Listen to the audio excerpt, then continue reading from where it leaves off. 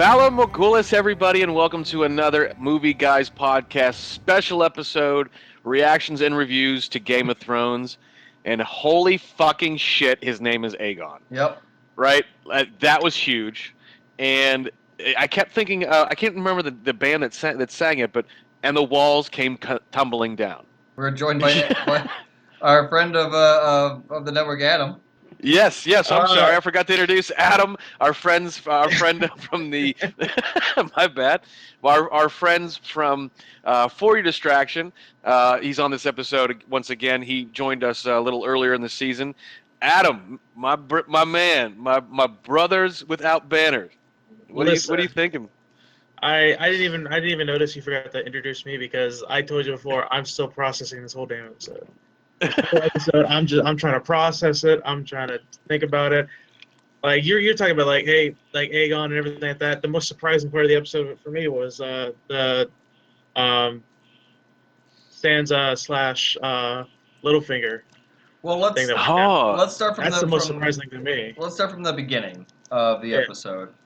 Uh, so yeah, start. I mean, what happened at the beginning? It was something happened before they got to like King's Landing, right? well, they not really. I mean, we sort of opened the episode with the Unsullied and. Oh yes.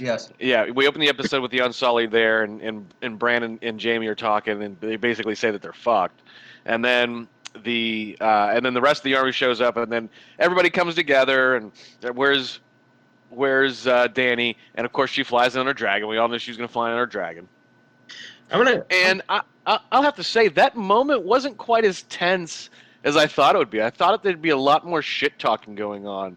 I mean, there was some, but there wasn't quite as much as I thought there'd be.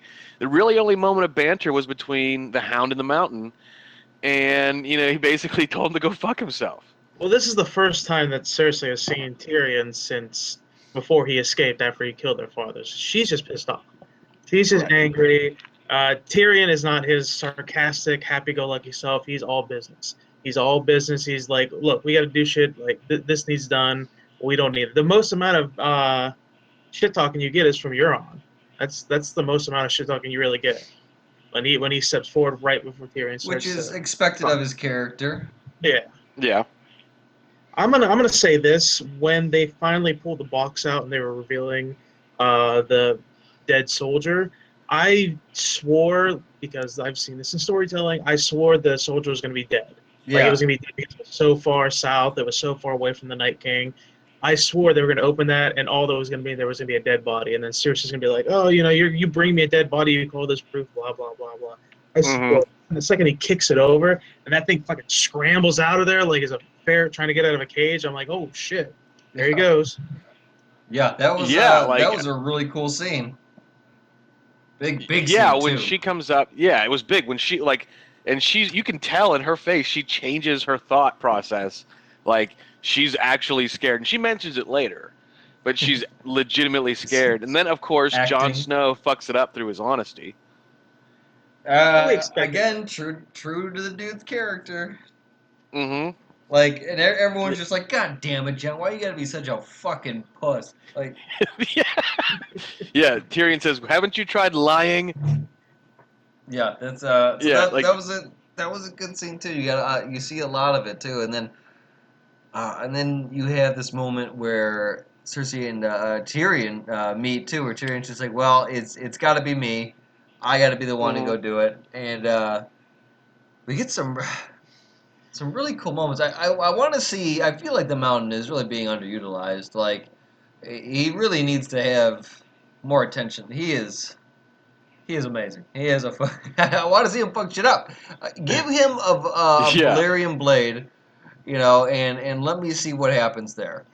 How much do you want to bet that when they go, if the Mountain comes across the Night King and with the rest of the army of the dead, he turns sides because technically he is dead, come back to life.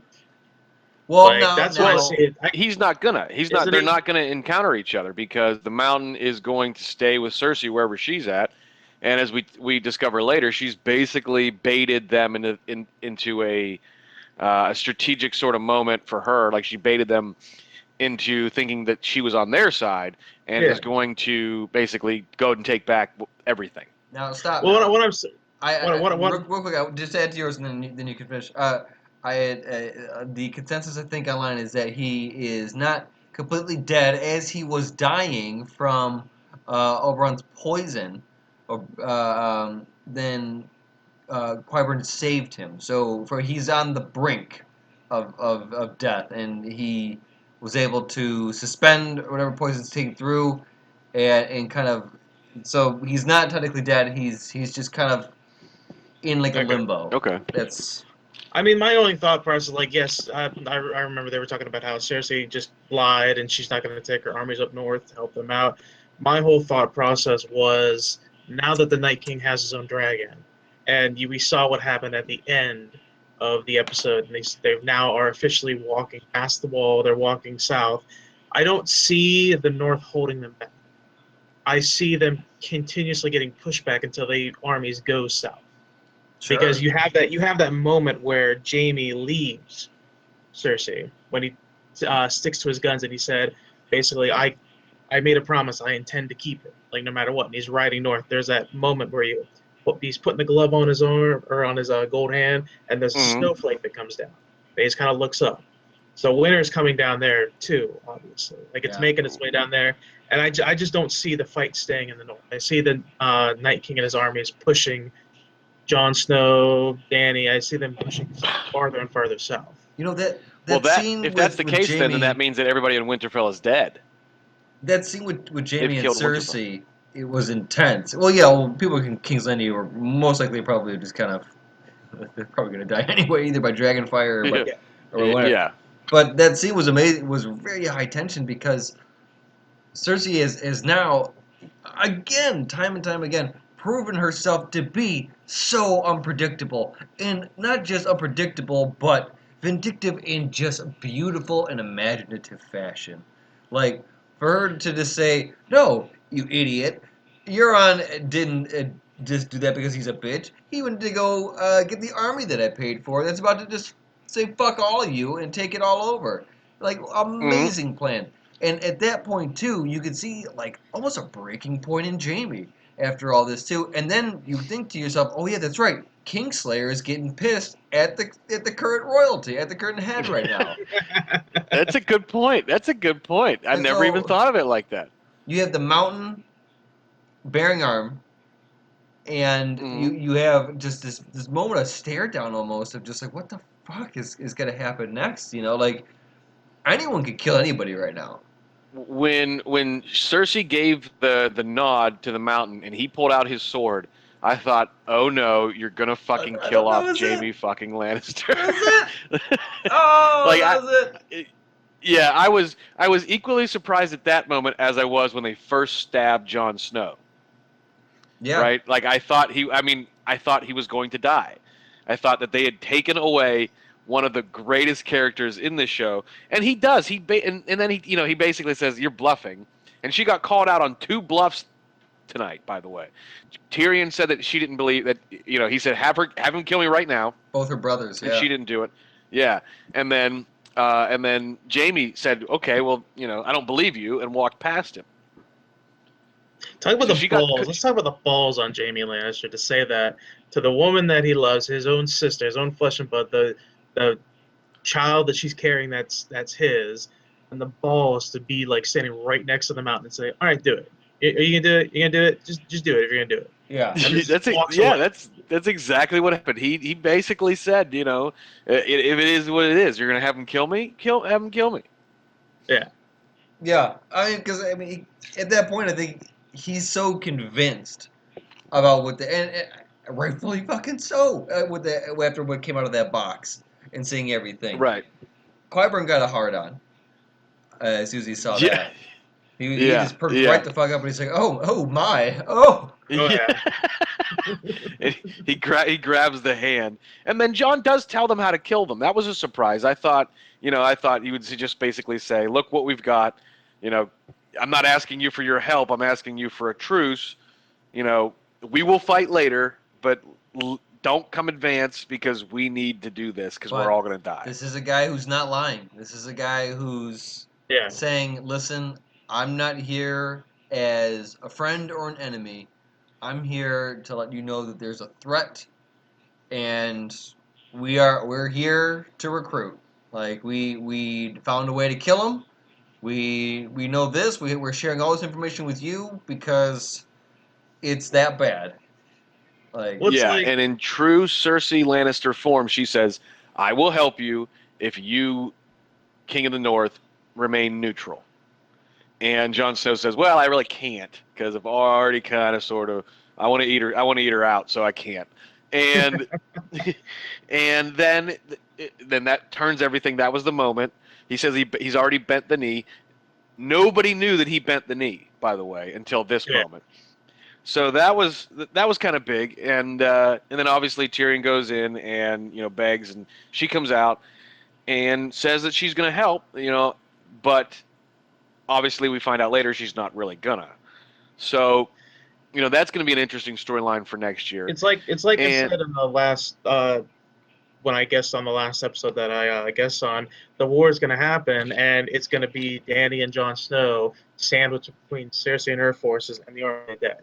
They're going to be sandwiched. They're going to keep getting pushed and pushed and pushed till it's like, well, now we got a fight on two fronts, and we don't know what to do. yeah, you did. You called it. You really did call it. I did not see that happening. You absolutely called Cersei's a bitch. Of course, it was going to happen. Don't believe it. every word she says. But can I just say, like, as much as and like this season completely to prove it, as much as I really hate Cersei, like just just a cold-blooded. Like there's black-hearted, but then there's cold-blooded, and she, like those are compliments to her to both, and it's just I also love her the same amount. I think this episode is kind of I'm on the bed when I'm just like, God damn, Cersei, like you just don't give a shit putting up a fight. I'm on your side. Like I think I'm fucking team. I'm switching sides here, boys. I'm going team Cersei. I Oh, think on this one. Like oh, Oh she's you shit! just betrayer, you usurper. she's damn. She's got a fire in her. Like Hmm. she's always got a plan. She has surprised me the most, I think, this season. Completely, just utterly the most this season. She has surprised me. Yeah, well, I mean I agree with that to a certain degree. Like she's never been surprised by anything, and then she was when they had brought the White Walker, like the Yeah. White. So she was surprised by that, but it didn't. It's like it didn't catch her off guard. She saw it as a moment for strategy, and she took full advantage of that. Well, this is the best part about it is that Jamie's going to go north anyway, and that's Lannister. That's a Lannister army. It's going up Hmm. north, and it may seem that the Lannisters are with this and they're doing it right. Maybe word to get around it. It depends on Jamie what he tends to tell them, right? Like that's his gonna be his part. Is he gonna go up there represent Cersei and be like, "Hey, I'm here on behalf of her. We're here to fight you or with you," or is he gonna be like, "Hey, listen, just let you guys know after this is done, Cersei's got a real big army, just gonna wipe you the fuck out, like just waiting for you." You You know, know? I wonder if Cersei would have changed her tune if she knew the Night King had Dany's third dragon. I wonder if she would have changed the tune a little bit because she's expecting that the Northmen and Dany are going to march on the White Walkers, and she's expecting either they're going to win, but they're going to take a lot of casualties and she'll beat them easily, or they're going to lose, and therefore all she has to do now is just fight this one enemy. I'm just curious because if Dany loses, then the Night King has two more dragons on his side, Yeah. plus a full next army that she gets from the Dothraki and the Unsullied in the north, plus her current army. I wonder if I'm curious to see if she knew that they could take the dragons too, if she might have changed her tune just a little bit. If she would have said, "Well, we can't let that happen now." Yeah. Yeah, It's that's a good point. I think that I honestly, and going off the conversation, I don't think she would have. She seems like she's absolutely dead set. She knows that the fight's coming, so she'd rather take her chances that they beat the Night King, and their depleted army is now easily defeated. yeah, Yeah. exactly. So, Because she says, "But we're going to die anyway if they win." So this is the only shot we've got. Can we talk about the color scheme in this past season, these past couple seasons? Because I didn't notice it really until this episode. Whenever everybody met up at the arena, everybody was talking. You've got the cloaks, you've got Jon Snow, you've got Dany and her garb. Why is everybody wearing black all of a sudden? Everyone is wearing black, Every yeah. single person, the knights, from the north, Dany, all of a sudden everybody's wearing black. It just threw me off a little bit. I'm like, that's a little weird. I Yeah, didn't really realize it. odd choice. Yeah. Yeah, I honestly don't know. I didn't expect an answer. I just bringing it because it sounded weird. Well, let's move on to Winterfell. It's going up Yes. north there because big doings happened there too. We got some justification of what happened there. Like that was a well, I don't know. Did you guys see it coming or not? It was the only thing that Absolutely. surprised me. Yeah, go ahead. I'm sorry. I'm just saying it was the one thing when Sansa turns on Littlefinger and she says, "Do you want to answer your crimes, Lord Baelish or whatever?" That I jumped out of my seat. I was like, "What? No, wait, seriously? Like that's what's happening now? Like what a fucking trickster!" Yeah, Like that was she great. played him at his own game. Like Great, it was real insane. dumb. Like it ended with him on his knees begging her, like, "Look, I loved your mother. I care for you. I loved you. You know, don't kill me." Like the trickster got tricked hard. Yeah, building up to that moment, like he was sitting with Sansa and was giving her a couple of pieces of advice, not thinking that she was planning what she was. None of us were. And when they called Arya in, that was kind of big because I thought, oh, like we're gonna see a big death here, and we did, but not the one we thought we were going to get. Sansa took everything that she'd ever been taught by Cersei and Peter Baelish and turned it against him. And everyone in there knew, and nobody trusted him. But yet he was somehow, and you're right. He begged. His continued begging, was like, that's what I thought I'd get out of him. When it was over, that's literally exactly how I thought he was going to go, and it's exactly what happened. How he turned out. And talk about the ruthless of Arya. She just walks right up there, just pulls a knife out, quick slit, and just puts it away and walks away. I was like, holy shit. Just another day. Heartless as hell. Like, goddamn. Yeah. Mm-hmm. With the dagger. Oh yeah. Came back to bite him in the throat. I mean, that's a sweet dagger. Like, she was just itching to use that thing too, and of course, fitting that it be that one that kills him, right? And of course, he had the most surprising look on his face when Bran opened his mouth. There it is. Told him the exact line he told to his father when he pulled the knife on him. He had that look on his face like, oh shit. Yeah, he's like, how the fuck did you know? Yeah, he's just like, you're saying, he's just like, he's at judgment, like completely right there. He's at the judgment, and he goes to his knees. Bran, like, we finally get this going, where Bran is starting to, well, tell everybody, like, hey everybody, I've seen everything. It's time you should know this. Sit down for your private meeting. I'll give you your fortune. You know. Yeah. Interesting part about this is that towards the end, when he was talking to Samwell Tarly, which I'm very happy that those two met, and it's almost like Bran gave him the scan. It was just like, Samwell, I've seen your story.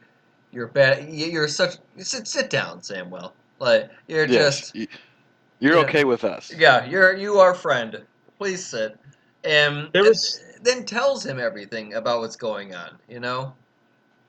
There was something funny about when they first met up in Bran's room, and he's like, "Oh, Sam's like, how do you know all this?" He's like, "Oh, I'm the three-eyed raven," and Sam's like, "Oh, okay."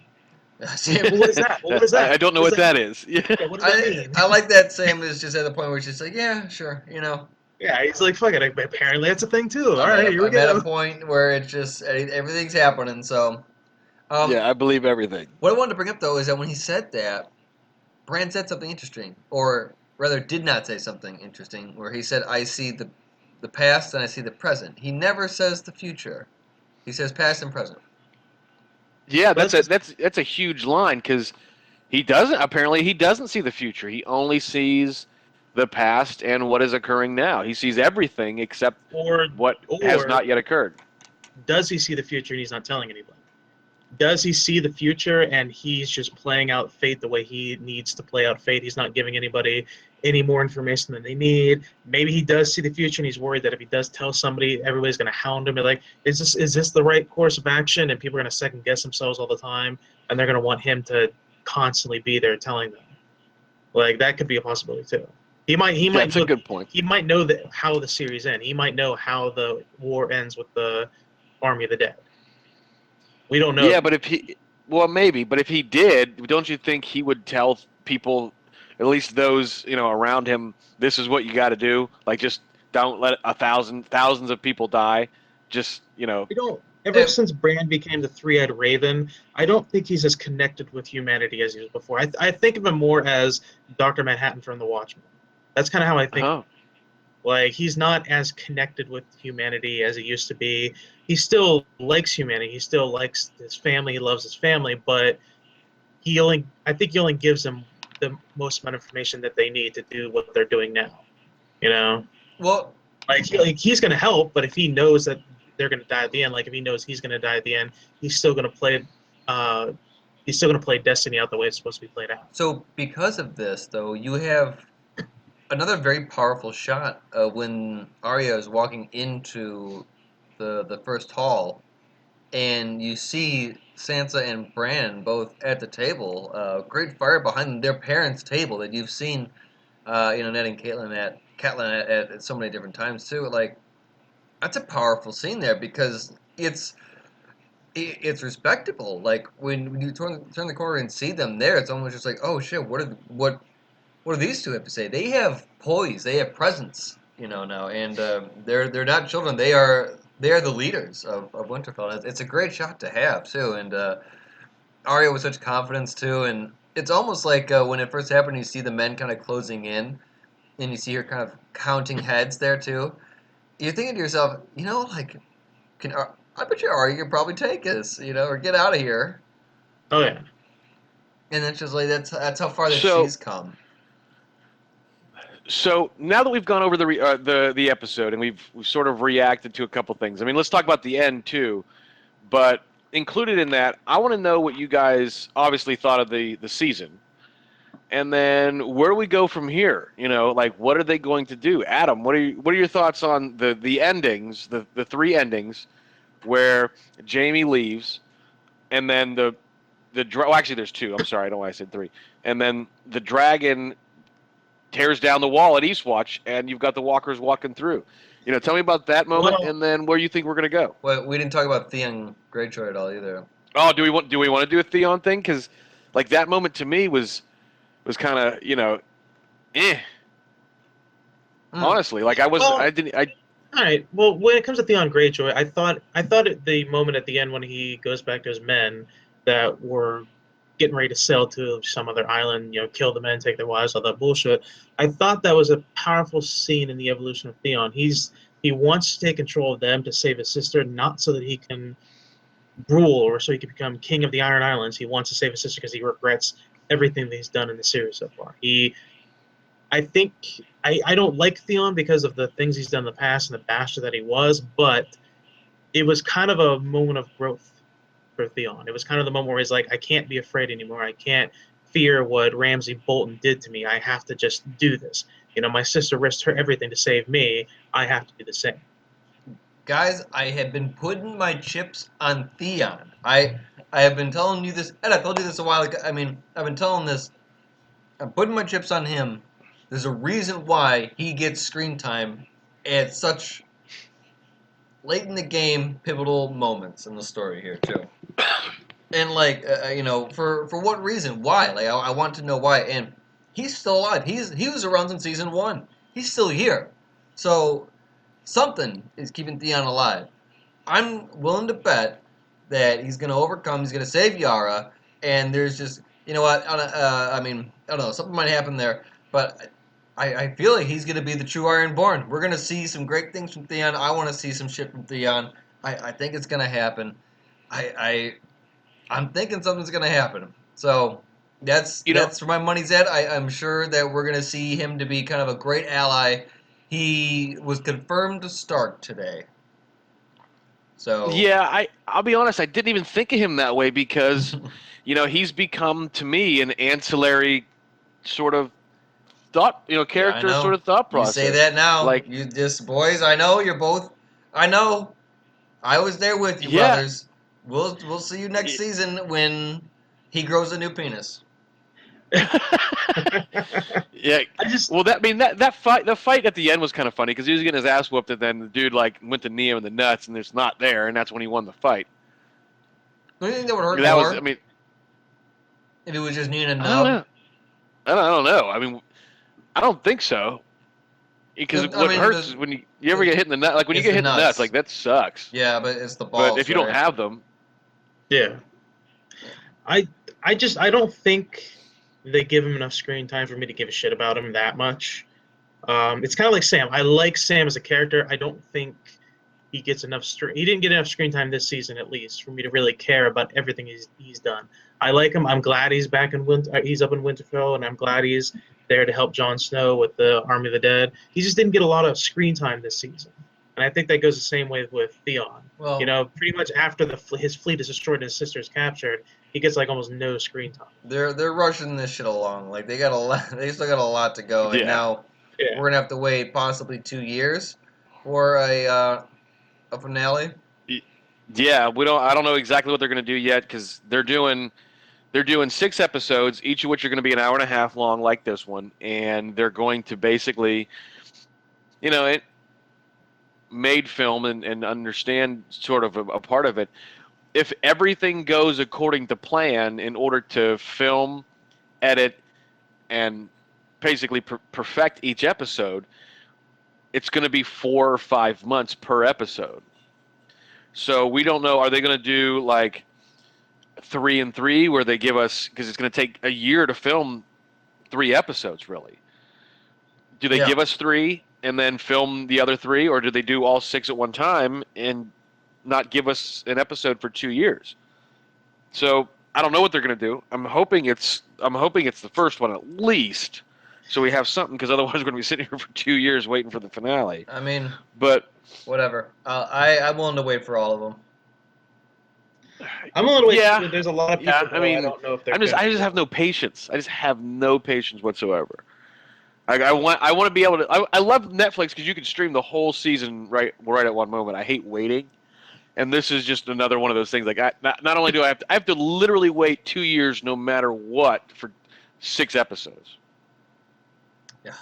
That's super frustrating. I don't know if they're going to even announce. If I were them, I wouldn't really announce a specific time period when it was going to. Because if you think about it, how many people have HBO Go accounts strictly for Game of Thrones? Like, there's probably a lot of people that Props got to accounts just for HBO that. Go for staying up. By the way, like probably high traffic servers. Probably Oh yeah. yeah.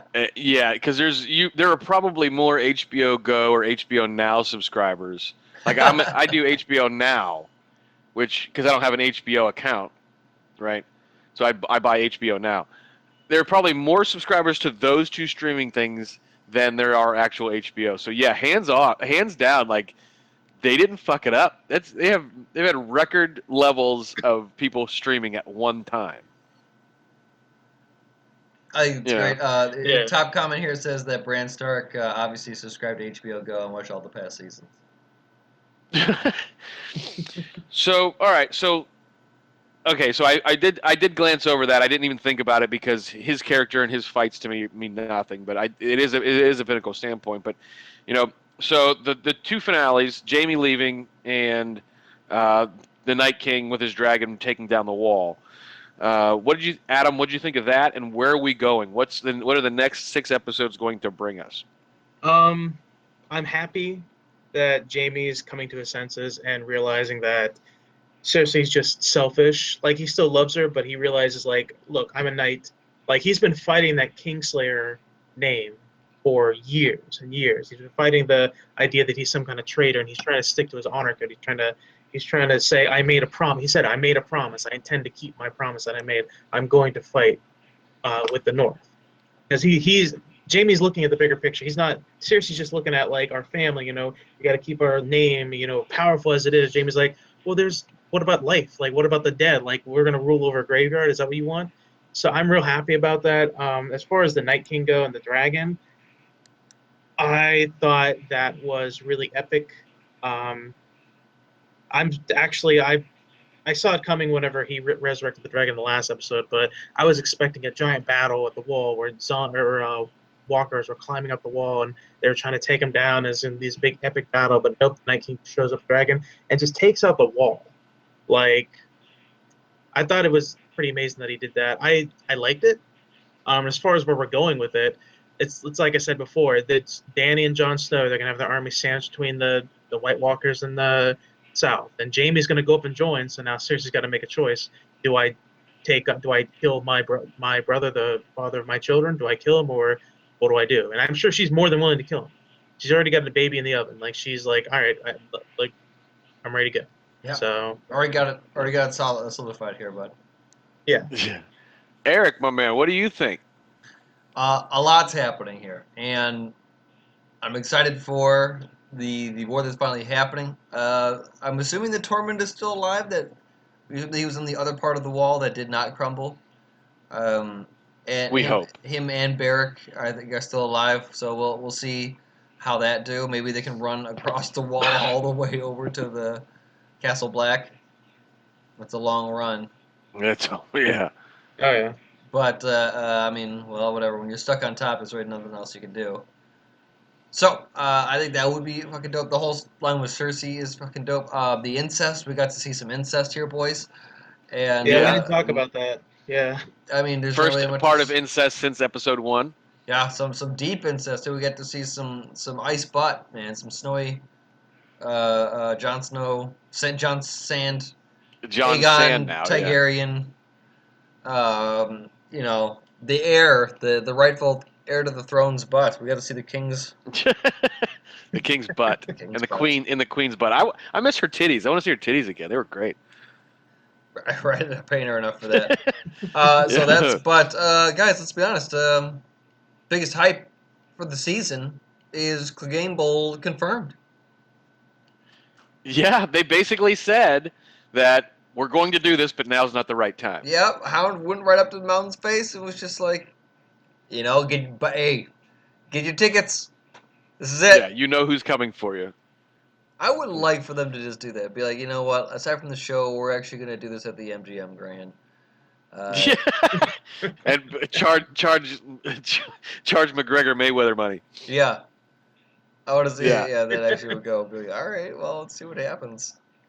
Yeah, that fight went exactly as the way I called it. By the way, I actually won money on it because nobody believed me that I said Mayweather's gonna let him come at him for 3 rounds, 3 or 4 rounds. He's gonna test his offense, then he's gonna test his defense, and then he's gonna knock him the fuck out. And that's exactly what happened. Yeah. So.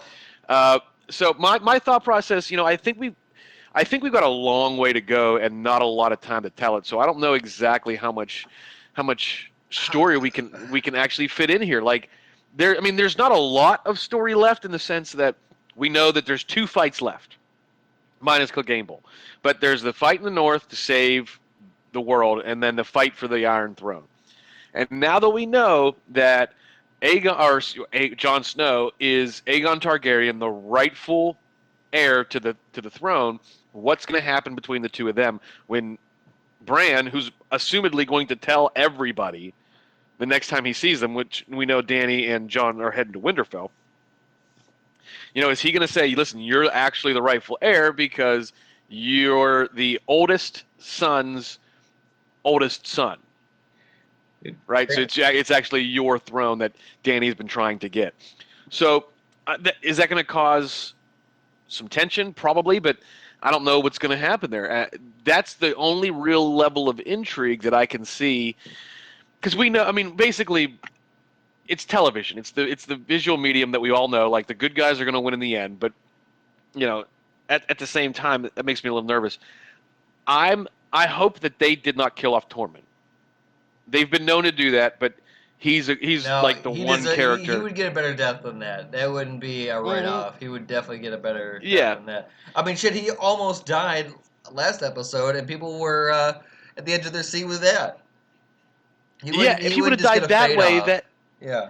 right. If that would have been his death, although I don't like that they would have killed him off, I would have been okay with his death because he went off fighting the fucking whites and then got drowned. Like that would have been okay. But all in all, I think this season was probably the best season. It was shortened, but this season was the best season that they've had thus far, and that's got to be by design, right? A lot It was happened supposed this to be that season. way. Yeah.